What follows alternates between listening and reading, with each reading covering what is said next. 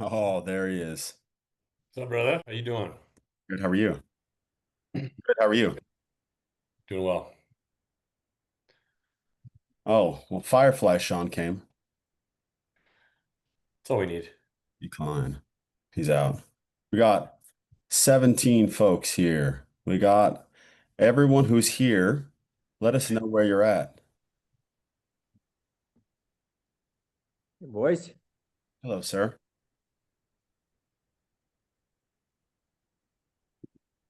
Yes, it's fine. Transcribe away. We got 22. How's everyone on this fine Wednesday? I'm Talking. doing wonderful. Yeah. Well, it's been actually no. I'm trying to be more honest about how it's going. It's been one of those days already. Wi-Fi issues, just those little things, you know. Yeah. So I'd say about a 7 out of 10 today, if I'm giving you my honest. You're still passing the class, man. Exactly. No, All it's you didn't still a good day. It's still a good listen. day. C's get degrees. Don't Exactly. forget. Yeah. That's what that was my schooling. Yeah, that will, dude.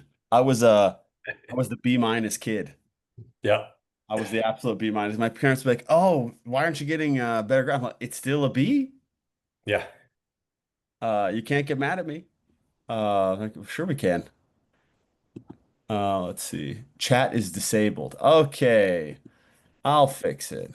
What are you doing, Chase? Man, just a total bum. Let's see. Okay. Let's try it again. Give it a shot. Tala, how are you? Okay, so guys, last time we did this with Sarah on the first one, it kind of morphed into an AMA. And so I think one of the most valuable things you have here in Sean and Taylor, who are the co-founders of Audit, um, preeminent creative minds in design for websites. And I don't say this nice stuff about them when we're talking privately, so don't think that I actually mean it, gentlemen. Um, I think Feels good. we Feels can good. you guys can send us your websites because like I think we could go through some of these professional athletic greens websites and break down what's good about them, but I think there's a lot more value in going through with the questions and principles that you guys think about as it relates to what everyone is working on. So everyone come with your website, send us the links to your landing pages and everything you're thinking about. Before that, um, as we prepare for Black Friday, how how are you guys seeing how is everyone at Audit seeing the way like the market is preparing? Is it different than other years, or are you feeling kind of that same groundswell that you feel every other year? I mean, I'm definitely feeling less urgency from brands, which is really weird. And Yeah. I think like we have one big brand we deal with, and they sent us their Black Friday, Cyber Monday prep to work on Mm. in December last year. So like they finished Black Friday, Cyber Monday, and then they started us working on 2025. That's an anomaly, obviously. Yeah. And no one please expect that you should be doing that or need to do that. But um, I think that's what I'm seeing a little bit is just people are just so tired of that 8 week total fucking direct to consumer mayhem leading Yeah. up to that they're just over it. And so they're just taking a little bit more time and planning and just scheduling and planning better ahead of time. So when it Mm. comes to dealing with our services or yours, there's just a lot less like I guess anger and stress and how it Yeah. usually goes around Black Friday, Cyber Monday. Yeah. 100%. 100%. Chase, are you seeing where like the other thing I'm seeing too is like for landing pages that are coming in for Black Friday, it used to just be massive discounts or we're, working on their site for massive promotions. But a few of the brands we've talked to are just like, we just are so sick of discounting like heavily and that becoming our new price point. So they're working on different ways to do it. Like we have one brand that's doing like, they're giving if you buy a year subscription, you get like $500 worth of credits, Yeah. as opposed to it being this is the new price of it. So it's just Yeah. like psychology around not becoming a discount brand, but instead still incentivizing them with something.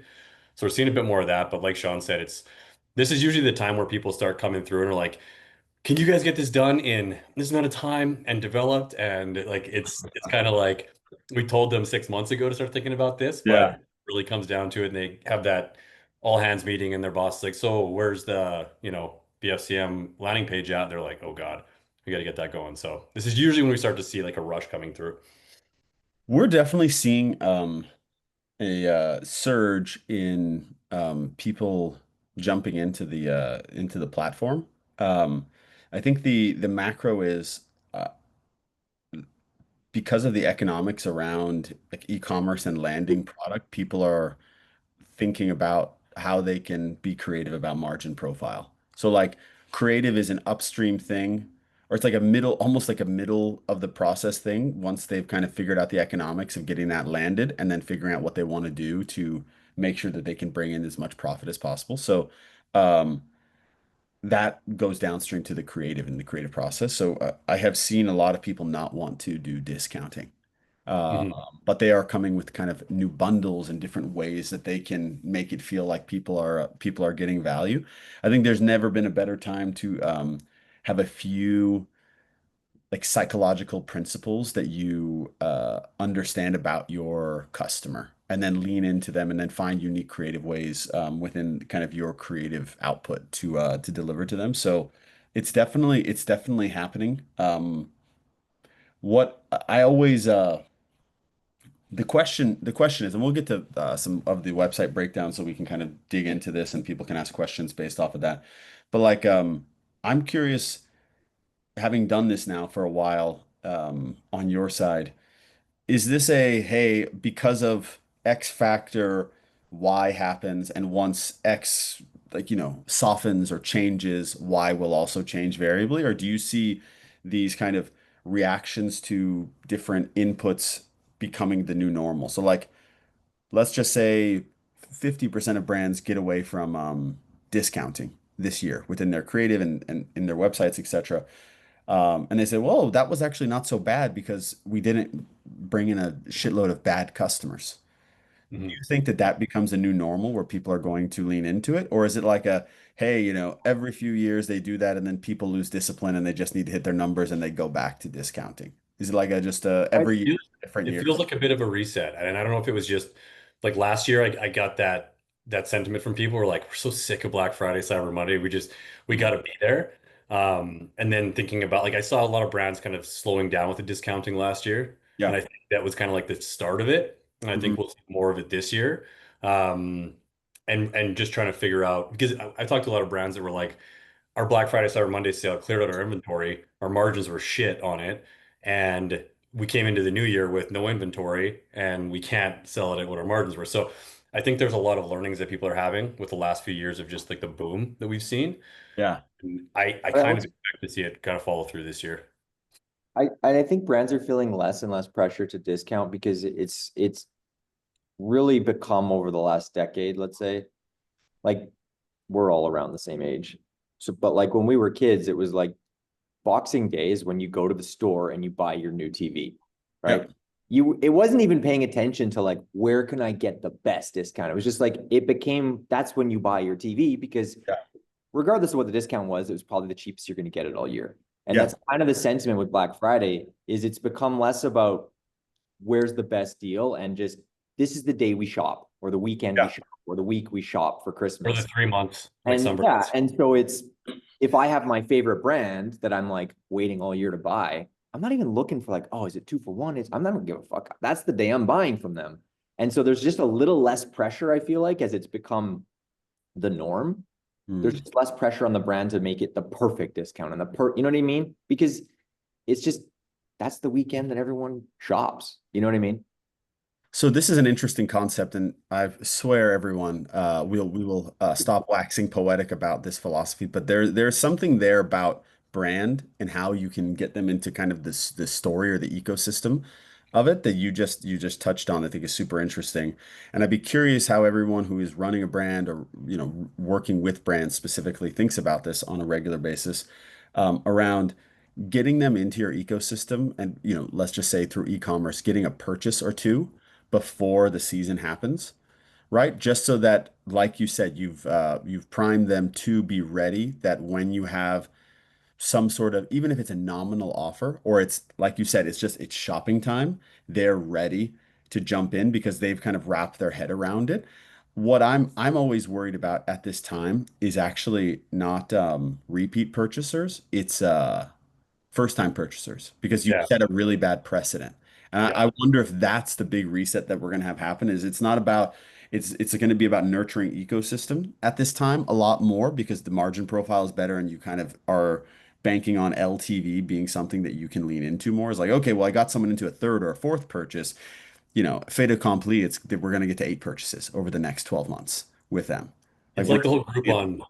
It's like how yeah, Groupon, right? Like at first it was a great way to find new things and get a discount, but they soon realized like these people never came back. They used the yeah. Groupon and never came back. So you're kind of balancing that, like, do we want to get in front of them at a discount so that they'll try it? Or is it setting that precedent that you're saying? Yeah. Well, it's like what everything came out. There was Living Social at that time, Uh, Travels Do, a bunch of those popped up. And I mean, was Groupon stock is like 11 cents now or something. I know I have a homie who got rich off of Groupon. He was like one of the first engineers on it. He would say like, "Yeah, dude, we knew that this was not going to last, but yeah. take it to the bank." Bump, So bump and dump. all right, so I'm gonna go through this, and Tala, we will do yours first. You were the first person here. I'm going to share my screen, and we can dig in, gentlemen. Okay, hold on. Let me close out this now. Anyone in chat, feel free to ask Yeah, questions as we go or raise your hand, or I'm yeah, guessing you have all that turned on, Chase. yes. Can you Uh, see said screen? yeah, I So, actually took a look at it while you were yeah. rambling. Um, Well, that's why you didn't have anything useful to say while I was rambling. So. All right, so I'm gonna leave it in desktop for a second. Tal, I okay. would like to know first, what's your mix of how people come to the website? Are they coming mostly from mobile or are they coming from desktop? Because I'm gonna pop into a mobile view in a second. But guys, what's your kind of general take on the taxonomy of this right now? I think that the first, and this is, we've probably beat this to death on these, but I think it's important for everyone to understand. I think the navigation right off the top, and this is something for every brand's digital and retail. When you're surfacing, so first off, your logo for the last decade has become the home button, so you can remove that. Um, all products, shop by interest makes a ton of sense, but I instantly see a kid, right? I have 3 kids, so I'm gonna like guess this kid's age is about 7, Hmm. 8, maybe 9. Um, but like there's no shop by age. So that was the first flag I had, right? I've bought tons of STEM products because my son is a total nerd with this stuff. So I always shop by age because he's interested in anything that he can build. Does not Hmm. matter what it is. So like I get that there's different categories, but I don't know how many people in here have kids, but kids don't know if they're into biology at age 4 or physics or chemistry, right? It's the parents. So shopping by their age is really important.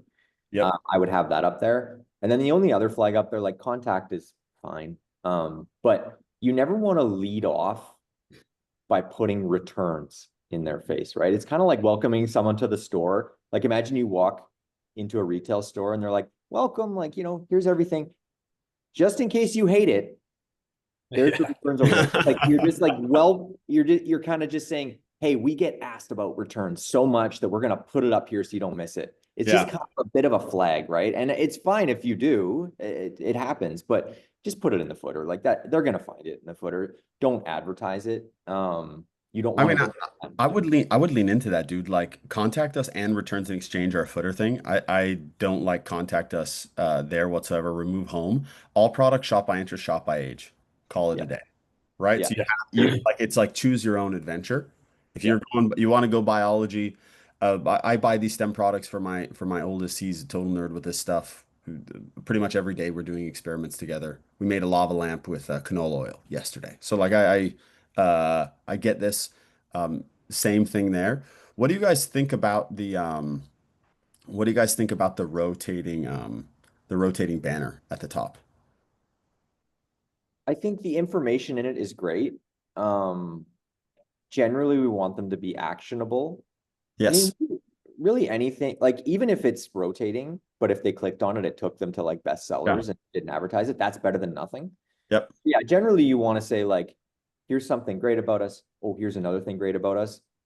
Go take action. I think free returns again. Bi Big one is there's like no actions here. Um, and I'm a little worried about the speed at which this is going, especially if mobile is like a predominant thing because it's gonna be really small, right? Like this is on my MacBook. So it has like I can catch it a bit, but it's not actionable. The other one is um, I don't know how you guys feel about this, but a lot of this stuff is just table stakes at this point. Like, Yeah, high quality and safe for kids. Like, hopefully they're gonna assume that, and you can beat that to death through homepage and definitely on the product page as well. And yeah, but like bring to life why it's high quality, right? Like yeah, just saying high quality is one thing. This is the company saying it. I yeah, would love to see like a testimonial under Shop Now that talks about how high quality it is as well, right? So yeah, people talking about your brand is way better than you talking about your own brand. yeah. Mostly mobile. There are no actions on the banner noted. Okay, so I'm gonna move this into a inspect. Let's just see how it looks on mobile. Okay, Can you go, go ahead. can you go down? There's lots we can say in the top, but I just want to move down a bit. Yeah. So featured, I think the category is great. Um, again, same thing, just add a section to this homepage that's shop by age. See, look, they Um, got that though, by the way. Look at this. It's good. yeah, Very, so the info is there, which is yeah, great. fantastic. I think on these ones, my only red flag here is, and this is just a symptom of Shopify enabling all these great features, but these shouldn't have an add to cart button. It's it's really tough for someone to add something to cart without the information needed to purchase it, right? So like For sure. if you sell like grocery stores or like sites where you're putting 8, 10 things in your cart, makes total sense, right? You already know what you're looking for and you're getting a bunch of different things. Yeah. In this case, like this DIY builder set, right? Maybe the price is right, the age is right, the picture kind of selling them, but I still don't know what it is, right? Like I think it's building a lamp and a safe, but I I'm guessing. So I just these products are super detailed and pretty intricate. I think it's important for them to be on the product page or make really robust product cards that have details around all the stuff like includes this, you know, takes Well, two you've seen those hours. ones that will open up like a modal, right? You say like view details and it will pop up rather than having to go down into the secondary layer of the Yeah. PDP. You can just pop it open and then come back to this page rather than having to go back and scroll through your navigation. A lot of fashion brands do a really good job of this where you can essentially pop it open, you can get some of the details around like the inseam, chest size, etc. right there without having to go layer deep and then go back. Um, Yeah. You're yeah. just going to see what you likely will see is more shopping cart abandonment with like letting people add too early in the customer journey. We see that a lot with like higher priced items. If there's add to cart from homepage, they almost use it as like a save the item, right? Because they haven't been sold yet. And if they add it, forget about it, get lost in the site, then they'll kind of just see that boost up. 100%. So I want to go to everyone else, but Tal, I hope that was helpful. I got a couple of really good ones here. Last one for you, Taylor and Sean. What would you change this button to? Like what would you change the copy on the CTA to? Is this just like a view product? Like On mobile, I just wouldn't have a button. okay, It because the it's clickable, right? product It's card is expectation. Yeah, your yeah, expectation is gonna it's be a button for yeah, most people. okay, okay, okay. What about in desktop? What would you have it as? I still wouldn't have a button. I mean, you have the space on desktop, so you could have a learn more or shop shop now type thing. Yeah. But you could argue as long as the card for the product is clear enough and high enough contrast with the background, you could argue that's the button. Well, so Yeah. Tall, if you're driving mobile, like you're driving traffic through paid with mobile, you definitely can A/B test that, right? And just see like what gets the highest throughput and then what the quality of conversion is at that point with the cards like that. So that's a good creative test you can run there. All right, let's stop share. So, any questions come from that from everybody? Let's see, feedback. Okay, so let's go down here. Um, so, the principles I took out of that is like, you need to really think about your like the creative journey of your customers. Like where are they coming from first, and then what are their expectations with your product? So when Taylor, Sean, when you guys onboard a customer, is there a like a reverse engineering of what outcome they're trying to achieve, and also reverse engineer like what the customer journey is? Like what is the methodology you use to figure out how in a post-click experience world you deliver the most seamless information dense without being information dense experience to drive conversion and like quality conversion, right? Like not just, dog shit, people are clicking and then leaving, or it's going to be a low ticket purchase. What is that process, and how do you think people can kind of like atomize it and put it into their business pretty simply?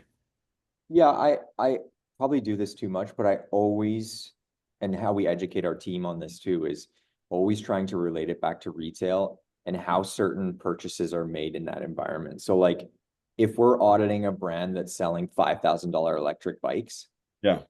we're going to need to explain more. We're going to need to check more boxes in the user's mind of justifying a price or justifying why this is the bike, whether they're shopping against other electric bikes or upgrading from a $2,000 basic bike or normal bike. If we're auditing a brand that sells the best white socks in the world, we can make a much simpler journey, right? We're just checking a few, like, here's why they're great. Here's why they're better than Adidas. Boom, onto the, like, it's just much less information. So a lot of it has to do with what price point is the product at and their AOV, how much are we trying to sell them? Mhm. Uh, and just how simple is the product to communicate, right? If it's a really complex product, the journey's going to have to be longer Yeah. because it takes more to explain and it's more expensive. Okay. And where they're coming in from as well. Like we're not telling people where to send traffic to. They come in and they're looking for optimizations. So if they're coming in directly through product page, for instance, then that product page needs to get a little more in depth about the brand, because they might not have that homepage experience to collections to that sort of thing. Again, depending on category and price point. But if they're coming in through the homepage, then you've got a little more time to educate, gain interest, and build trust. You guys ever see upstream? So this is something I'm really passionate about, which is like funnel congruence. Do do This is also I want people in the chat to sound off a little bit about this. Do you guys think about what the traffic source is? Not just like is it meta, but the actual creative? Because obviously you create something and then they're going to just go and throw 500 permutations of creative at it, and then the landing page is graded on something that you had no say in, or the post-click experience is something you had no say in, and wasn't necessarily built to support some of the things that they're testing it with. Is that something that because I know for a fact brands do not think about this nearly enough, and it's not as hard as they think it is to do some simple versions of this. But how do you guys think about that internally? Yeah, If we're designing, if we're designing a landing page from scratch and they have specific campaigns that are running to that, then we want to make it as much of an organic evolution coming from that ad, right? So if it's Yeah. like, Black Friday, Cyber Monday sale, that headline should be the same thing. Because if they get to that landing page after the click and they feel lost, like this isn't where I was trying to go, this is a different thing they're pitching me, different offer, that's confusing. So if we have that information, we'll usually get like, what ads are you running to this? What creative is it? And we want to match that as specifically as possible. If it's just their product page where they're sending a bunch of different channels to, Yeah. then it's got to be a little more general, Yeah. and hit all of those things, right? So I think the other thing to think about, and this goes for anyone hiring anyone, whether it's internal, external for landing pages, is, I mean, all of us on this, like the three of us come from a marketing background. So like, even when that customer says, hey, we need a landing page for this ad, I know that ad's going to change 40 times by the time this landing page goes live. Yeah. I know that they're going to run 75 other ads and they're going to pick whichever one works best no matter what. So I always take it with a little grain of salt, and what I'm really trying to get out of them is what's the threat, like what's the DNA of what you're putting in all these ads, right? Like we're dealing with an Ozempic competitor right now, and he's probably got 300 ads. I don't give a fuck what any of the ads are. All I care about is what is the main thing you're saying in all of them. Average user loses 10 pounds. Great. That's all I need to know. I don't need to know what the fuck the rest of the ad, because I know you're going to change it every day. So why would I base my page on it? So it's more I want to understand the DNA of how you're advertising. That's really all. That's what that page needs to relate best to. Because if you try and hold your page directly to one ad, it's going to fail because you're going to want to change the ads and then your page is screwed, right? If they're too closely tied. Yeah, that's good. All right, new page. Let's go. One thing too, on a lot of those landing pages, once the structure is built, Mhm, like stick with the structure, change copy and imagery, like mhm. and test offers, but like changing structure constantly and stuff, it's like whack-a-mole. You're never gonna get anywhere. So like once you've got a solid structure for like an offer LP or whatever it may be, just like test copy, test headlines. That's gonna give you the biggest movement. 100%. All right, let's golf, boys. All right, Taylor's bread and butter. Um, I took a quick look at this beforehand. I think there's a lot of great stuff happening here. There's a few call outs I wanted to make. So there's that informational band below the nav. Hmm. Have Klarna free delivery. It's a bit of a mix of positive info and links. These shouldn't be links. I would just put this with, these are key traits. Yeah. The other flag here, and this might just be me, but I don't know if I've ever seen the word scheme used positively. No, no. So Same that's thing. just a, What's the loyalty scheme? Oh, yeah, oh, and it moves. That's not good. If you So get 5 friends and they get 5 friends, yeah, and I think pyramid scheme word ruined that word for everyone in the world. But I would just say loyalty program I mean, or I think scheming people trying to kill a pharaoh 2,000 years ago ruined that. yeah. Yeah. But for us today in e-commerce, I think Yeah. but yeah, this is a great band. Like it's a great place to put info. I would just say there's an option for buy now, pay later, free shipping over 50. They're all custom fit. Yeah. Loyalty scheme should probably be up in that blue section or as a secondary link. Loyalty program. It's funny, Sean, you're talking about this. I have never seen this, and I kind of fuck with it. I like this. Because like usually people put these things down like here, and then there are these circle icons. Like this is you're essentially saying, hey, look, order now, okay, boom, brand, okay, all of this stuff. And then here, like, I'm already getting in like, okay, well, if I need a BNPL, I can do that. I get a lot of information. I'm already know that I'm coming here for this, so it primes me in a different way. Like, so I'm, I think I don't disagree with you. The issue for me is if they're on the homepage, it's fine, right? It's a sub nav, you could call it. But once I'm in the product page, I don't want 5 extra links to take me off page. fair, fair. So and that's not very common, right? A lot of brands don't have dynamic navigations where this hides on product page, but that's a very simple change you can make. And he does have DGS points down there that he shows Yeah. below the add to basket. That's another thing, right? Like it's called loyalty scheme up top and DGS points down here. Just find some continuity there, right? Like Yeah. whether they have to have one word the same. So there's just feels like there's a connection there. But especially like if this is some people's, this is where they get everything for golf, their tees, their shirts, whatever. It makes perfect sense to have this type of program and be rewarding people. I just don't think that's the exact place to have it or using the word scheme. I think too, with like the golf industry or golf bag, the buy box is pretty busy, but there's no information about the actual product, right? We're trying to like upsell people like right up on the right side there beside. Like you see how it's like Moto Caddy Yeah. Series, Trolley Towel, you're adding it to them. I don't even know how many club slots are in here. I don't know if it's got a cooler pocket, like those 3 to 4 key bullet points. If you bring that there, drop the upsells down. I think you just want to understand that like 100% of your traffic is going to see this above the fold. As you get a scroll, it's going to start to drop off. To make people go down to the product details and read paragraph text, it's rare nowadays. Go to So mobile. just kind of, what's that? Sorry, I just want to see on mobile where that product detail info sits. Yeah. It's probably pretty far down. Yeah, dude. Yeah. So you got to scroll, 2.5, 3 times, whatever, to get down there. You're going to lose a decent amount of traffic if you've got heat map or anything installed. So bringing those like key bullet points that golfers are looking at when they're looking at bags, right? Is it a stand, like obviously it's a stand bag, but or a cart bag, but those how many slots, cooler pocket, weatherproof, whatever those may be, that if nobody scrolled past that, they would have enough information to validate that price point and add it to the cart.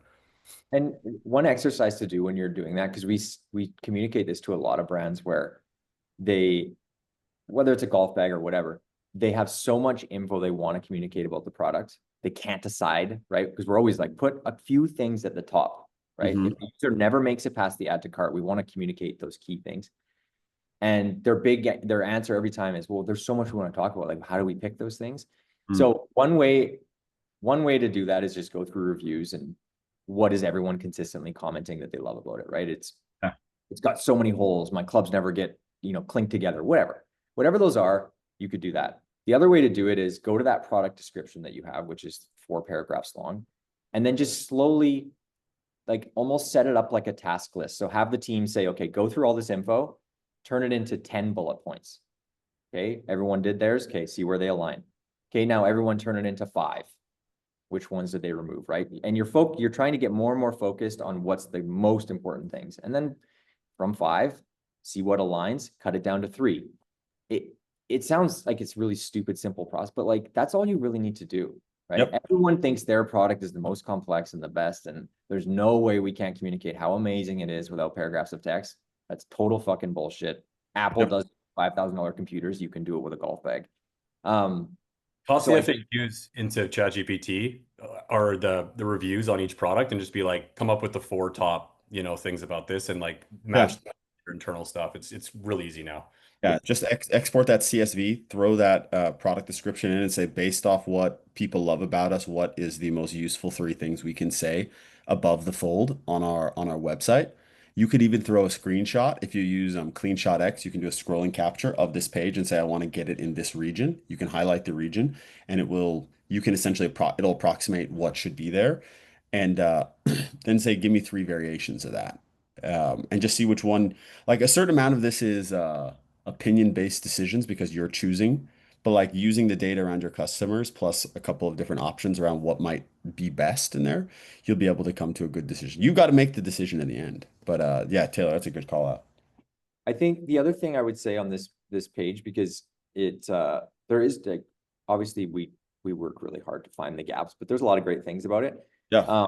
One thing that I noticed in the footer, which is communicated super clearly, is you guys have a 4.9 on Trustpilot with 3,400 reviews. Like that's really fucking hard to do. Oh Like yeah. a Can't. 4.9 across that many reviews is almost impossible. So like just be a little bit louder about that. I know you have it kind of subtly under the add to basket.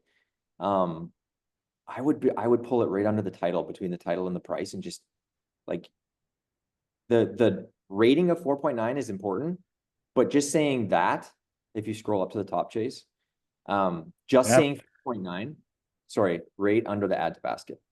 Oh yeah. Right. Oh, it's not on mobile, only desktop. But you just say 4.9, that could be one review, right? The volume of reviews is just as important. It's really easy to get one person to give you a 5-star review. It's very fucking hard to get 3,002, right? The only way to do it is to have a good product.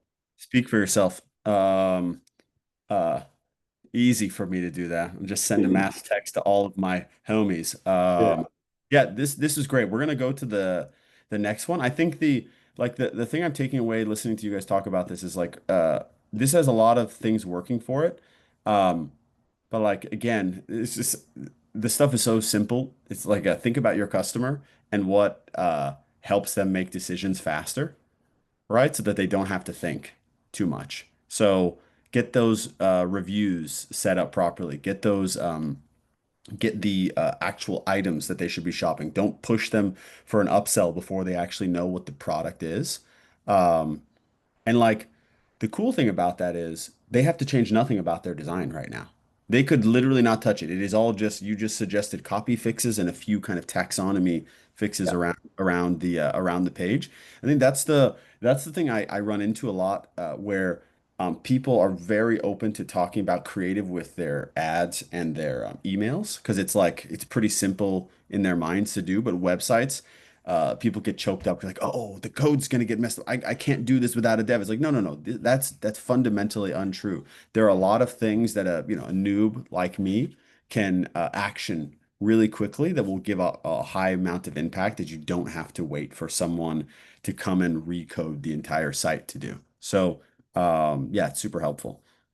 Hey, Chase, before we move on, Yeah, Hangman has a question in there just talking about yeah, customer acquisition costs and stuff like that, and pushing bundles or upsells for first-time customers as opposed yeah. to getting them in. I think you kind of answered your own question. Like, it's if the product is really good, just getting them into first purchase and having a good retention strategy is obviously key. If you're nothing wrong with it, if you don't don't believe in your products that much, you want to get the highest AOV you can. If you're a high volume business with not a lot of repeat customers, then it's probably the opposite. But it really depends on your retention strategy as well. So we've got a lot of brands like, for instance, like Olipop. People were wondering why they weren't pushing subscription off first time purchase, and it's because they knew when somebody got that first taste, they were going to hit them with that subscription email, and they were going to use the retention play to really kind of blow things up. I'm kind of allergic in general to that. I think product really does matter. Like Olipop coming with a bundle or like a hey, buy a 3 pack or buy 12 cans. It makes a lot of sense because the form factor of your product. If you're saying, hey, I sell, I don't know, a golf bag, asking me to buy 3 golf bags like up front like no fly. If you say, hey, buy golf bag and we'll throw in some golf balls and a pair of gloves for an extra 9.99. I'm like, Yeah. oh, that's a great deal. Let me get into that. And then I go with the golf bag, or maybe I don't use that golf bag, but I still use the glove and the balls later on. Like there is you have a you have more surface area to interact with your customer. So it really just depends on the form factor of your product. Most people I see push bundles shouldn't be pushing bundles. And again, not that the customer knows this at that level of detail, but whenever I see it, I'm like, oh, okay, I understand. This is just you're just trying to, it's a money thing. Yeah. That's not a bad thing, but it's every time you do things for money that are not customer centric, or you don't push yourself to find the customer centric way to make money, you're going to be fucked in the end. It's like it is a tale as old as time. I've never seen it go well for anyone when they try to push that unnecessarily. Like you'll win now, but later on, you're gonna have a lot of unhappy customers or people who didn't convert because they're like, well, dude, that's kind of a high price to start with. I just want to get into this product. So form factor um, is really important. Um, your customers don't live in your spreadsheet. Yep. They live in their own spreadsheet where they're looking at their bank account. So they don't want to pay you $79. They want to pay you $29. Yeah. Yeah. And for apparel brands, Hangman, it's like true classic tees or something makes sense, right? If you're selling blank tees and it makes total sense to have all these different versions, but trying to force bundles sometimes it's just like let's get them in with something that they came for without confusing them or causing decision paralysis. Yeah, 100p. Okay, so like we're gonna go so these are great. Closing brand. Okay, Hangman, got it. So we're gonna go to the next one, which is Solea Scrubs. We'll stay on this one for a few minutes. This is actually a past customer of ours. I don't remember how long ago we worked together, Anthony. There's Anthony. Yeah. I have many problems with this page. You give her. I actually don't know how much of this is us versus things they didn't change. So you tear it apart, Chase. You dive in. Well, no, I thought it was yours. That's why I had problems with it. That's the Oh, okay. So there is a lot of white space and the things that you're trying to sell here with reviews, diamond transparency. First of all, don't know what any of this shit is. This is not anything that I recognize. Maybe the people who buy these things recognize them. So raising my hand and saying I don't wear scrubs. So maybe people understand what 99 verified J reviews, diamond transparent. Like I don't know what this is. Nurse and doctor owned, made in the USA. Okay, cool, fine. One join 1,000 healthcare workers, 5 stars. Um, uh, this just feels like a lot of claims that I don't believe. And you're not giving me really anything. World softest scrubs. How? Why? What's the material? What does it evoke for people?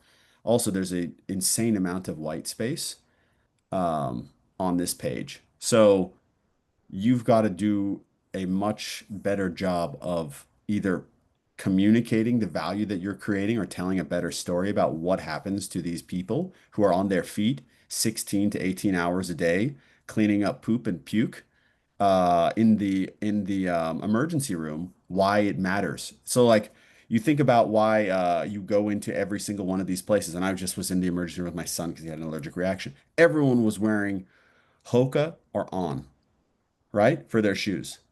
Okay, well, they could build an LP saying for people who are healthcare providers saying for people who are on their feet all day, you deserve to feel like you're walking on a cloud. Boom, done. I am fucking in. Right now, you're saying world's softest scrubs.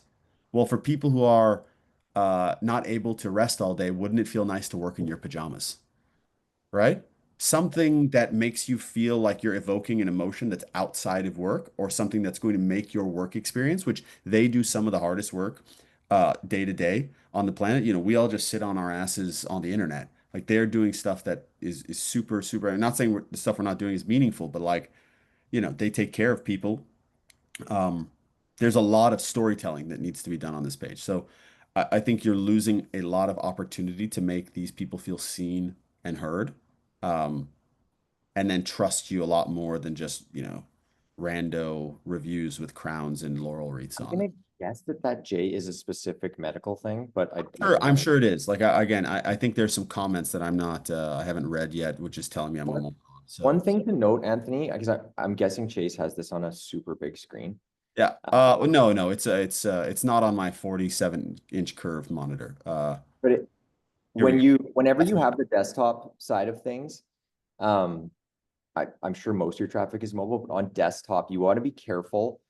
What's happening there is the setting is saying meet width after you meet height. So whatever the size of the screen is, it's just adding white space and not letting the next section come And in. look at this. Look at how it looks on mobile comparatively. You should have a max height on there so that the header only ever hits whatever 1,000 pixels, so that you never end up with that crazy white space. Yeah. Yeah, this makes a lot more sense. I still think they could tell some stories here, but I do believe, like you're saying, this J reviews thing has to be something because it's the through line between all of it. Yeah. Unless, you know, Anthony started J reviews himself, which I It's also respect. smart I because also respect the hustle. it's safe. Okay, Uh, keep going. Go to a product page or go to a collection, Chase. to shop Those are the feminine. judge. Those are the judge.me badges. Yeah, How yeah. they say Ah, got you, got you, that got makes sense. you. Got it. Thank you, Anthony, for doing that. So we were right, Chase. Yeah. But you're What right. happens when you click those colors, Chase? Does it take you to the product page or show different images? Oh yeah, that's great. And I thought she was holding a spear for fishing there. You can use them for any. You can wear them for anything. Yeah, Okay, and then go to product page. Actually, I want your take on this, Chase, because this is something we've been doing. Go back. yeah. So this particular product has only two collections, male, female, or two kind of, there's a main fork, male, female. Yes. They clicked on feminine. It drove them to the feminine one. How do you feel about having an immediate ability to toggle from there? Or do you think it should be so focused, there's no ability to get out of it aside from nav? And this applies to many products, not just this, obviously. It's a strange question because like I think as a SaaS person, I definitely want people to toggle because I want them to go deeper into the experience. In this scenario, I really want them to focus.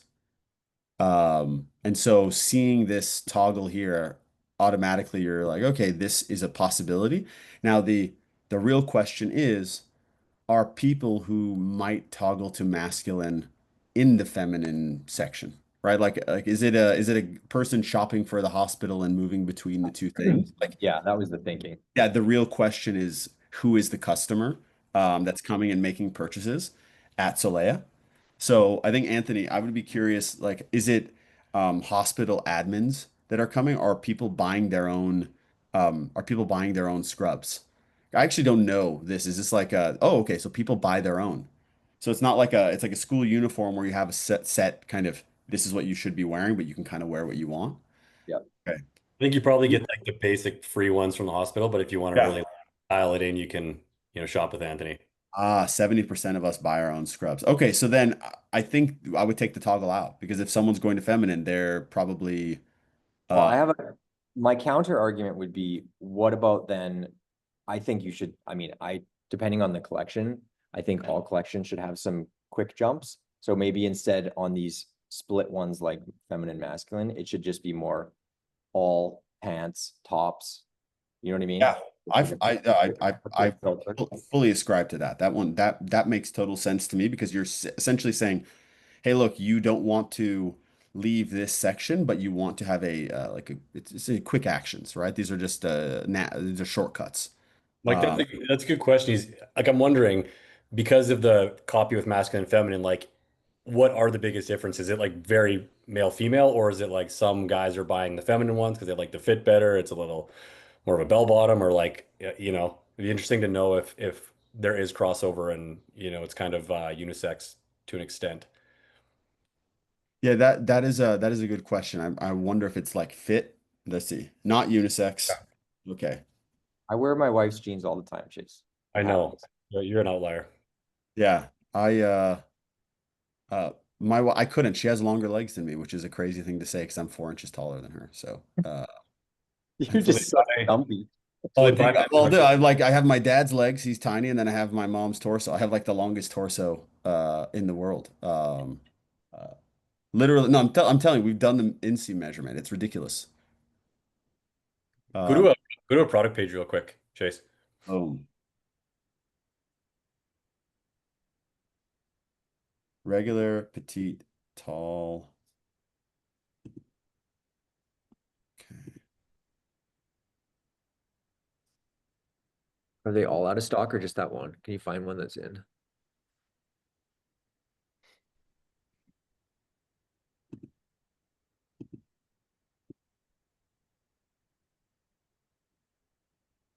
I feel like there should be the help me choose on the regular petite tall, not just the size. Hmm. Mhm. What do you mean by that?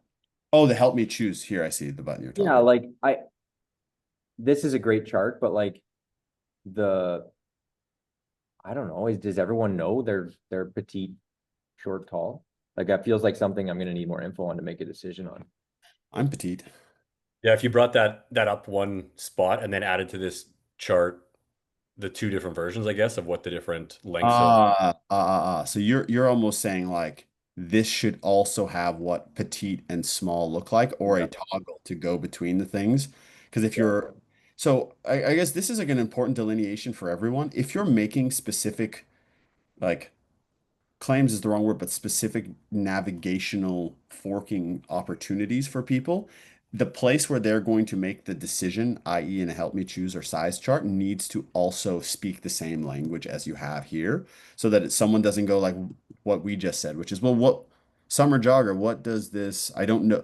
I don't literally don't know what this means, right? Because petite, well, what does petite mean? Plus, what is a small petite thing? What is a large petite thing?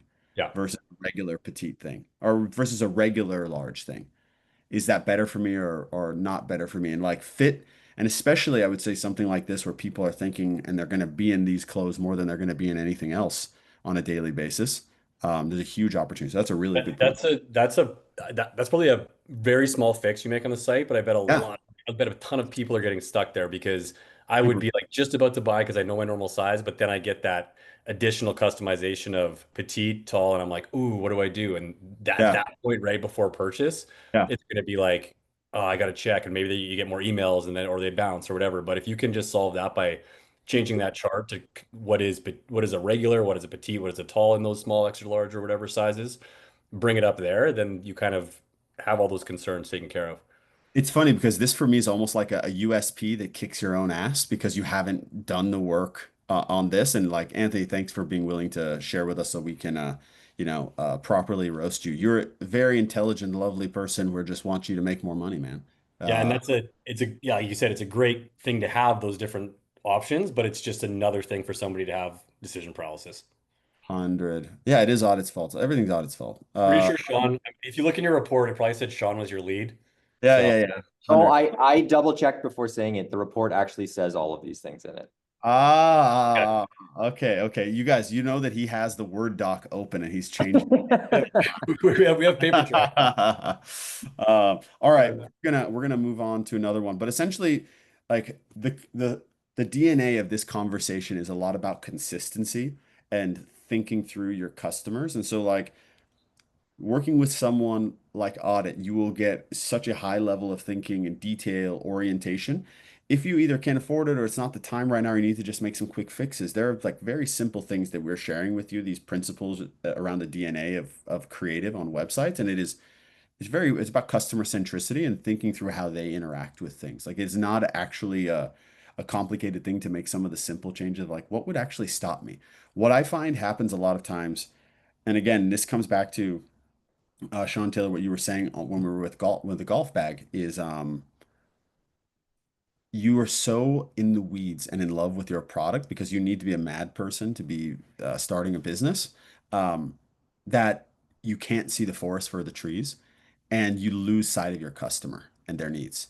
And so like that's my big push to you is as we pull through this and I sit and learn from these guys as I always do, it is your customer and their needs will always lead you to the right answer. And you can make some really simple changes that will have huge impact. All right, we'll do one more. And Taylor, I'm gonna pull this up. I think Hangman has a question, and you guys are friends, so um, Do ARB USA or do you want to do the hair extensions? There's True Glory and ARB. there's Joe and Bella was the most recent, was the next one. Oh, There's sorry. Glory Hair and there's Arbusa. So maybe we see if we can do this one. I'll put a timer on and see if we can get these done in the time. And I can stay over for a few. Do you want me to answer Hangman right now? Yeah, please do. I'm Okay, gonna put so if I'm understanding it right, it depends on product, but when we look at a collections page, it's like walking down an aisle at a store. Like Sean said, we always equate it to retail. So if it's something that you want to have a couple more pieces of information, like you look at a lot of apparel sites and it'll have price, product name, right? The Chelsea boot or something.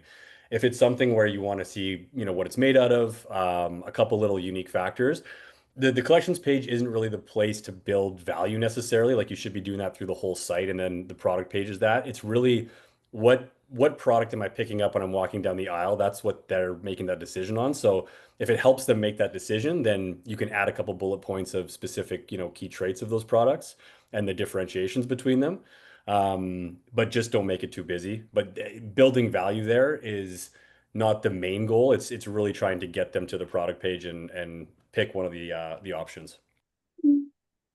awesome. Okay, so first thing, um, and this just might be my personal preference, um, but like this popped up the minute I opened the site. No action taken, nothing. I'm pretty, unless I'm really into a product or I've heard about it, I'm pretty auto bounce if someone does this. Um, and most of your traffic is going to leave in under 3 seconds anyway. So you want to give them a chance to interact with your product and your USP. And you're going to say, okay, well, traffic is coming from somewhere else. We still need to get them into the story. Then you can hit them with something like that once they've scrolled. Do a 3 to 5 second hold on this, or do a 30% scroll. Once they've rolled down 30% of the page, you can drop it in there. So that's just my first kind of call out in general. You're doing stuff so you can get people to give you their email, not so that you make their experience better. Um, no, no. And people, If these all the aren't, people, go ahead, Taylor. I was just gonna say, if these aren't AI people, they're freaking really cool people. Yeah, oh, these I, are they absolute. sold. I'm that age. They sold me already. Yeah, I mean, the people who are coming to the site and maybe are not being so skeptical about AI people, but these are 1000% AI people. But they're perfect. Really, really cool aspirational demo there. So Join the easy dressing movement. So I don't know what that means. What is easy dressing? Do you guys know what that is? Is that a thing? Is that like a corner I I mean, haven't been into? I mean, can you hear me? Yeah. sorry, we were just cutting you off. No, I don't know what it means unless they came from an ad that explained what the easy dressing movement is. What we always say on these calls and we beat it to death is like once somebody gets to your site, especially that homepage hero, it's like don't use marketing jargon or copy that you've created unless there is an easy dressing movement that's started and I just don't know about because I'm not in the age category. But It doesn't tell me anything. And if people don't scroll below that above the fold, like you're going to get a decent drop off if you have heat map installed, then you've lost a lot of customers because you just haven't got to the point of like what it is, right? So, um, easy dressing is that, does that mean that it's elastic bands around the waist and it's stretch fabric, or like those key qualities that make it the easy dressing, just say it plain and like right there, right? Um, so like getting to the point of that, like maybe in an ad that works. Join the easy dressing movement. You're trying to create, something around the brand, but when you get to the page, it's like, what does that mean? Yeah. I think just in light of time, Chase, my main comment on this, just because it's right at the top, I think it makes perfect sense to separate people right off the bat, shop men, shop women's. I think this bestseller section is a bit throwing because it's ignoring a really critical UX thing, which is there's two types of actions in your site in general. One is it's toggling or changing info in a certain page or area, and the main ones, which are taking you to another page or area. So you have two actions at the top, shop men's, shop women's. Those take you to collections page. Yep. Then 2 inches later, you have shop men's, shop women's, styled the exact same, and they don't take you to those pages. It's a Yeah. toggle for information. So you're giving them mixed signals here. Yeah. Long story short, it's totally cool to have a toggle here. Just style it completely different because it can't look like those. It needs to look like a, on-off switch almost. Yeah. Because it is a little bit misleading. I'll do my quick ones and we'll pop to another one. You have join 20,000, join 20,000.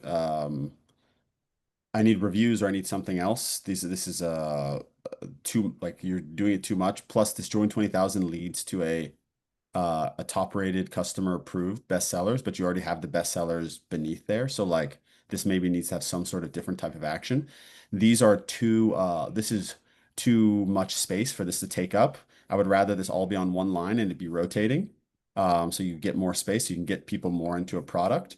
And then this one specifically, it's highlighted on white, but he's wearing a blue shirt, and then I can't click between the colors, which is a common expectation. So rather than having all the colors, I would just say shop now and like say available in like 6+ colors or something and have it beneath here, and then they can go to the page. But essentially, a lot of this is setting me up for things I think I can do and I'm not able to do. Or expectations of like I don't even know what I'm supposed to think I want to click here. So um, uh, a lot of easy fixes transparently with whoever posted this page to us, and thank you for sharing it with us. Taylor, you got anything before we jump to the last one? Yeah, I froze for a bit there. I had to switch Wi-Fi's, but did you guys say with the press piece there to add an actual something that one of that press said? Because it's just Oh, table that's stakes. it. Yeah, It's just like you go to any website now, it's table stakes. Like I don't even know if whether you paid for a thing in PBS or they yeah, actually said something. So if you can like find a really great piece of messaging that checks one of the boxes of one of your USPs or something, just put it under there, right? And then say that Good Housekeeping said it, right? yeah, Like, yeah, most comfortable clothing out there. That just brings a little more validity to those logos because back in the day it was great, but now every website has yeah. Cosmopolitan, yada yada yada on it. It's just a funny side note. My wife one day when she sent me a GQ article and she's like, "Oh, these are the cool things to buy." And I'm like, "Yeah, every person purchased these spaces." She goes, "What do you mean?" And I'm like, "Yeah, like, that's just like I could get Creative OS in there. You know what I mean? Yeah, If I had enough dough. Like, what should you purchase today for your men's care routine? You should purchase the software. It's going to help you have softer skin. yeah. Uh, To be so honest, like those press bar things are great, but a real customer review that just hammers home something works really yeah. well and it's worth the test. So 100%. Especially if you have 20,000 happy customers, yeah. someone's going to be willing to say something on there. So lean into them. I understand also the customer base is going to be more excited about some of those things. So like there's a certain amount of bias we come with, which is skepticism and not necessarily caring if Good Housekeeping says something like I'll read the article, but it's not going to drive me. I would rather read the reviews from customers. So there's a generational thing there as well. All right, we'll do one rapid fire. And it is going to be Trust Glory Hair. This is the great way to end. And let's see. Another quick pop-up. I've said enough about this. It just, sorry, I was gonna say, when you do the pop-up, just change the action from continue to save 25%. Yes. Also, is this, can I close this? I can't, can I? No, there's no, But it does go away as you scroll at least. yeah, But yeah, that's still wild.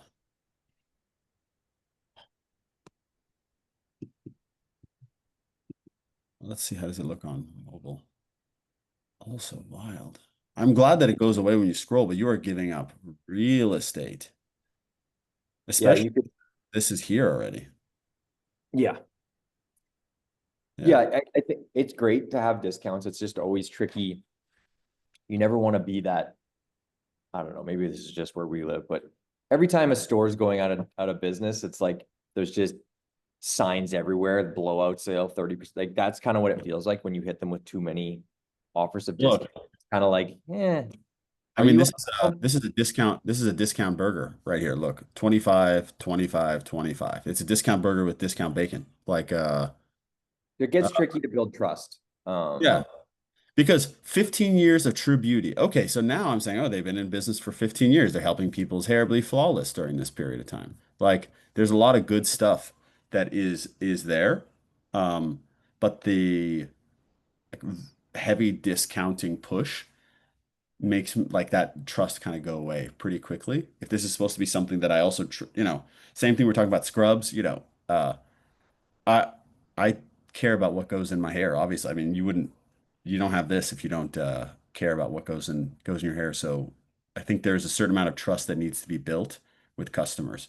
Yeah, I think there's a lot of changes to just simple stuff that could be done here. Sure. Again, depends on your ad strategy and what they came into this knowing, but it doesn't tell me what you make, right? 15 years of true beauty could be, that could literally be a life coach. It could be makeup. It could be, there's so many things it could be.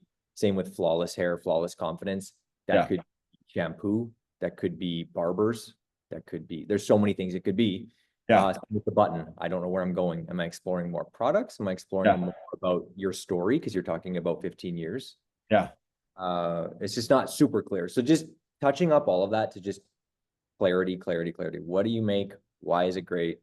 Take action and be crystal clear in the action, never vague. I don't Yeah. want to explore. I want to just be told where the hell I'm going. So yeah, but I mean, I think the excuse me, as you go down, the products, how they're surfaced, the visuals, like the site does a good job. Yeah. Yeah. I like this. Even here, like right there, Ben, I think it was Ben. That's exactly what I'm talking about, where see how the toggle looks like a toggle? Yeah. Although in this example, I'm actually wrong because the buttons have the same styling. But in your example, that style would work really well. Yeah. This also just going back to those discounts, it totally broke the brand aesthetic that you find underneath that yellow block. Yeah. You know what I mean? Like it completely changed my opinion of this brand when I got past that yellow block. It was like all of a sudden, oh, this looks That's clean. actually wild. Like seeing if you this, there are two different websites. It's this website and then this website. Like these Yeah. are not the same companies, actually. Now that Very, you, very disconnected. because this is, I mean, all of this is a vibe. Yeah. Look at this. This has got this balayage collection.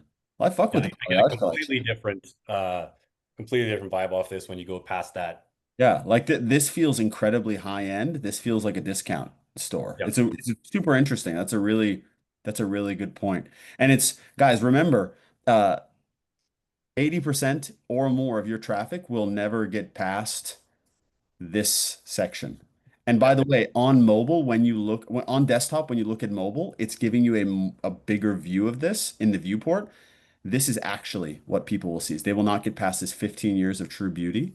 So you have to get them to want to be part of this story to get them to this place where like, damn, this is like they know how to take care of hair and they Mhm. know how to help you with hair extensions and clip-ins, etc. So I have no idea what this is. Now I know I can tell obviously they have stores for beauty consultation. Um, so the question really is like, are they trying to sell things online? Are they trying to get people to come into their stores locally? Do they do digital consultations? Like what is the structure of those things to get them to interact with the products? Um, so let's see, did Yeah. Mike say anything about this? Stores Sell in one. stores only in one city. Okay, got it. All right. Well, we wanted to get to everyone. You guys, the OG days, we actually took a lot longer on this. We got through a good amount of websites today.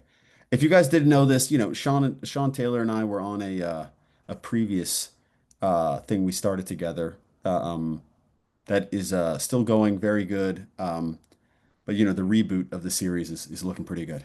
Um, so Yeah, I dropped our emails and stuff in there, but if you want to do this at any point with us and just hop on, we should probably sell a lot more than we do, but we don't sell. So if you want to book a call with us, we can chat through your website just like this. And if we're a fit, great. If not, you got some good info.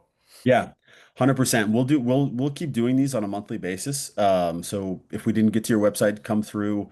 If you want, mine is Chase at creativeos.com. If you want like a 2-minute loom and we didn't get to it, just send me your link and I'll take a peek at it and give you my thoughts.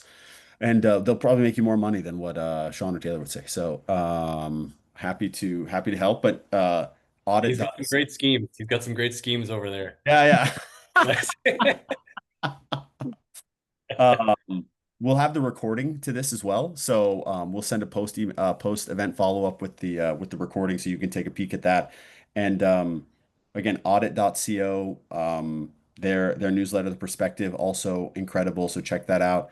And creativeos.com, we also have our newsletter, Creative Discipline, goes out 3 times a week. So anything you guys need, just let us know. And we're really excited to help serve you.